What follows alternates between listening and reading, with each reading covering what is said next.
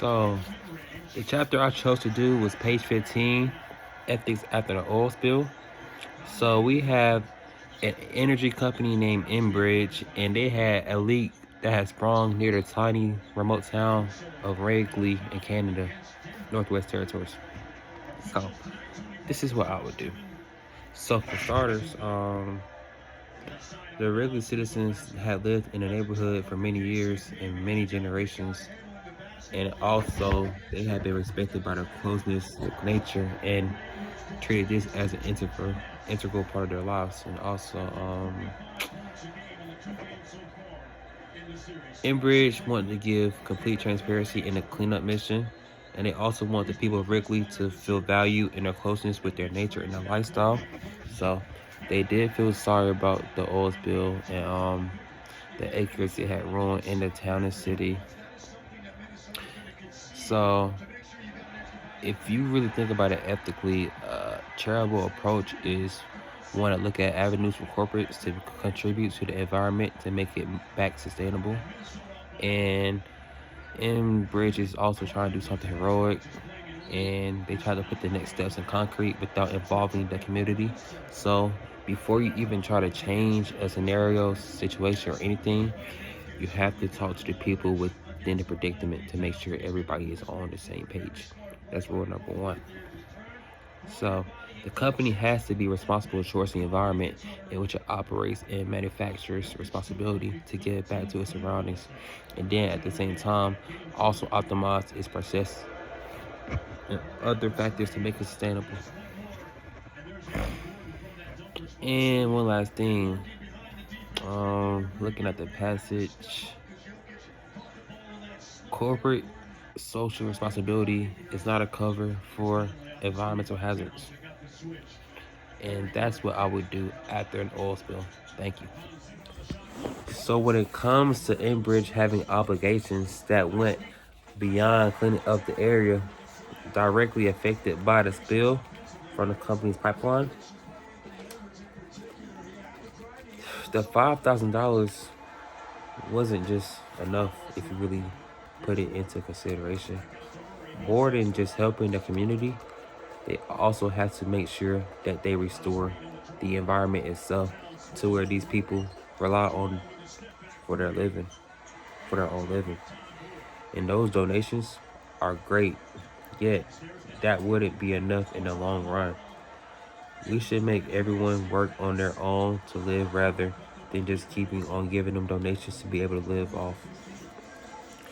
This goes really back to the topic of making sure that the company restore the damages to the environment so that these people will be able to live on their own again. That's what you could do at first. But looking at the document,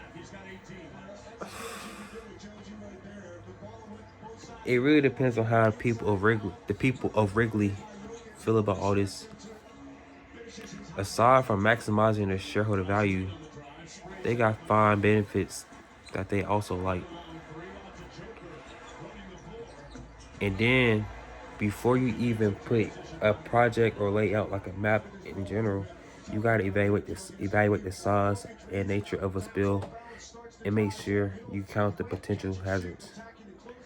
And you should also estimate the resources needed to contain the oil and clean it up, and assess the ability of the responsible party or local authorities to handle the incident as part of the assessment process.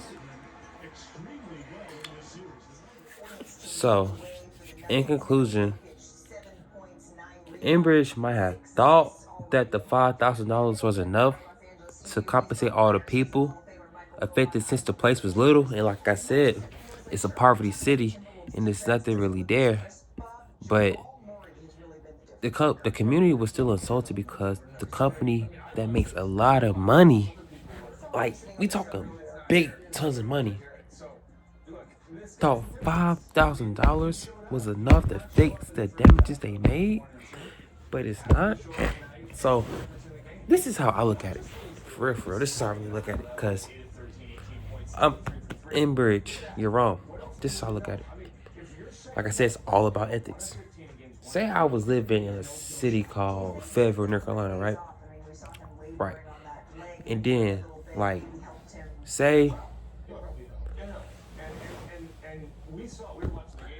something bad happens to this city, like a oil pipeline, right?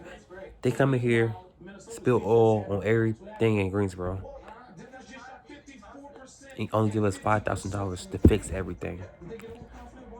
That's just not right. So the oil spill destroyed the whole community, and we all know that cost millions to fix all those damages.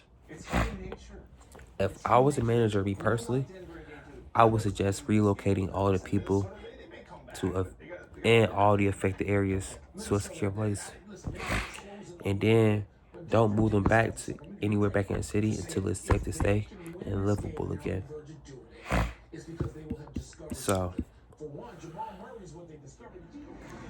and we also can't forget, Enbridge has a reputation of spilling oil, because just a summer earlier, I think it was 2010, the company had made headlines or something like that when they had ruptured some pipelines in Michigan, and they spilled more than 20,000 barrels of oil into local rivers.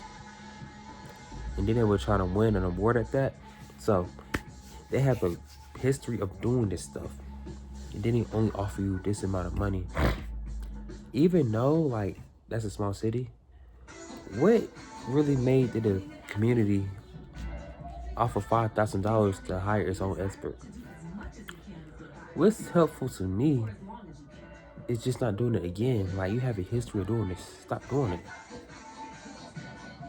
There's a lot of values involved in this situation. It's like, you see how people really are when it comes to certain type of situations. That's where ethics come into play.